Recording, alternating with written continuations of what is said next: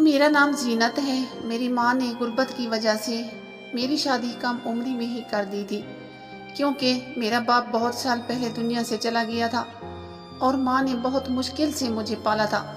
इसलिए पहले ही रिश्ते पर मुझे घर से चलता कर दिया। शादी के बाद मुझे पता चला कि मेरा शोहर मेरी सास का सगा बेटा नहीं है। मेरी सास ने उसको अपनी बहन से लेकर पाला था। फिर मेरी सास का भी एक बेटा पैदा हुआ और मेरे ससुर की वफात हो गई, तो बचपन से ही घर का सारा खर्चा मेरे शोहर चला रहा था। मेरे शोहर की आमदनी अगरचे ज़्यादा नहीं थी, लेकिन फिर भी वो मेरा बहुत ख्याल रखता था।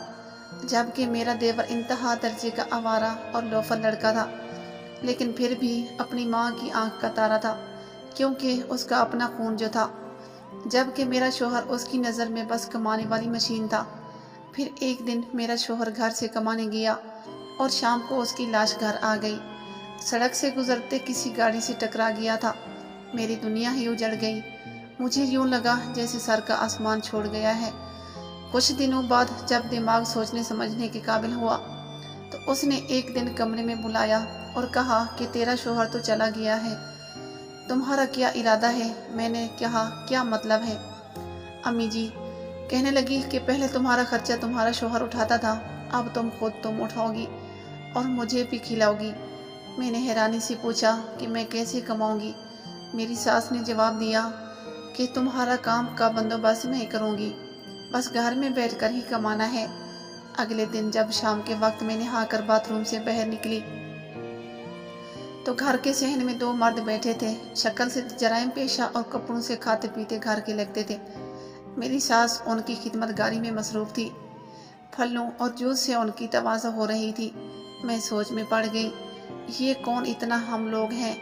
मेरी सास तो किसी को मुफ्त में मरी हुई मक्खी न दे। लेकिन यह हैरानगी जल्दी ख़त्म हो गई।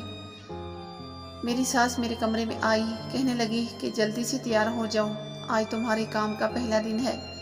मैंने पूछा कि अम्मी जान कैसा काम? मुझे तो कुछ पता नहीं। मेरी सास मुस्कुराकर कहने लगी कि बहू, तुम भी भोली हो। जो मर्द बाहर बैठे हैं तो मैं उनके साथ जाऊंगी। देखो, सिर्फ एक रात के 10,000 वसूल किए हैं मैंने उनसे। मेरी सास ने मुट्ठी में बंद नीले नीले नोट मेरी आंखों के सामने लहराए, तो मुझे उस वक्त समझ आ गई कि मेरी सास ने उस काम धंधे का जिक्र किया था। वो कुछ और नहीं बल्कि जिस्म फरोशी का काम था। मुझे चक्कर से आने लगे। मैंने नफरत से कहा, मुझे नहीं करना ये गंदा काम। मैं भूखी रह लूँगी, लेकिन अपना जिस्म फरोख्त नहीं करूँगी। मेरी सास एकदम से तैश में आ गई। मुझे बालों से पकड़कर कहने लगी, देखो लड़की, यहाँ रहना है तो मेरी बात माननी पड़ेगी, वरना घर से निकाल दूँगी और बाहर भी सब लोग तुम्हारा जिस्म ही नोचेंगे। मैंने बहुत एहतजाज किया, लेकिन मेरी सास ने दोनों मर्दों की मदद से मुझे खींचकर घर से बाहर निकाला और कार में डाल दिया। एक आदमी ने कार की ड्राइविंग सीट संभाली और दूसरा मुझे बाजू से पकड़कर पिछली तरफ बैठा गया। कार अनजान मंजिल की तरफ चल पड़ी। मैं मुसलसल अपनी किस्मत पर रो रही थी। मुझे अपना शोहर याद आ रहा था।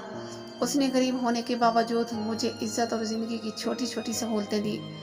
कार एक ऐसे इलाके में बड़े बंगले के गेट पर रुकी और गेट खोलने पर अंदर दाखिल हो गई।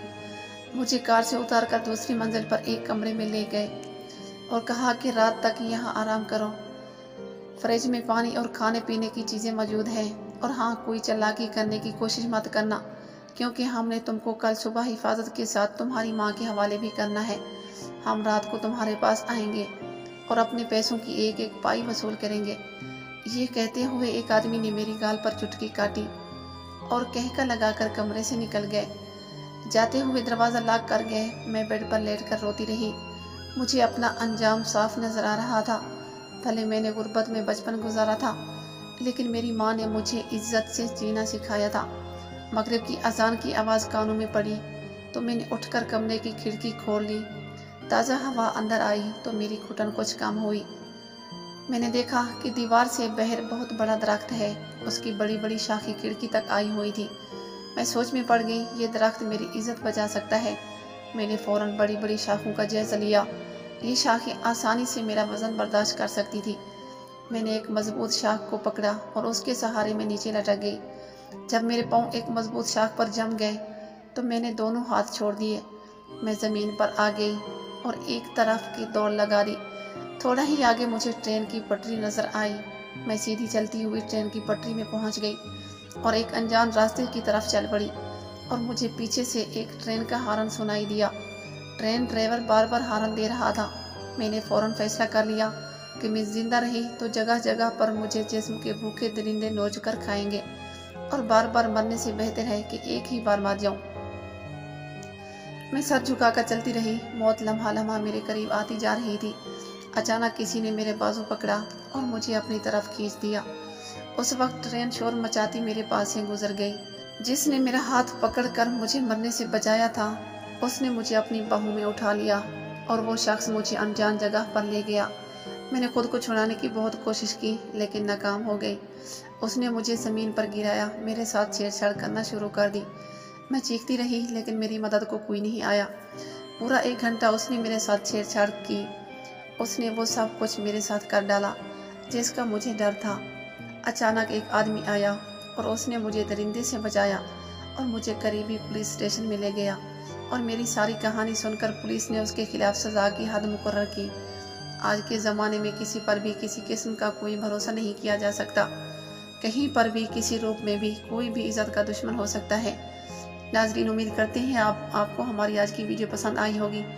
مزید اس طرح کی ویڈیوز دیکھنے کے لیے ہمارے چینل سبسکرائب کریں۔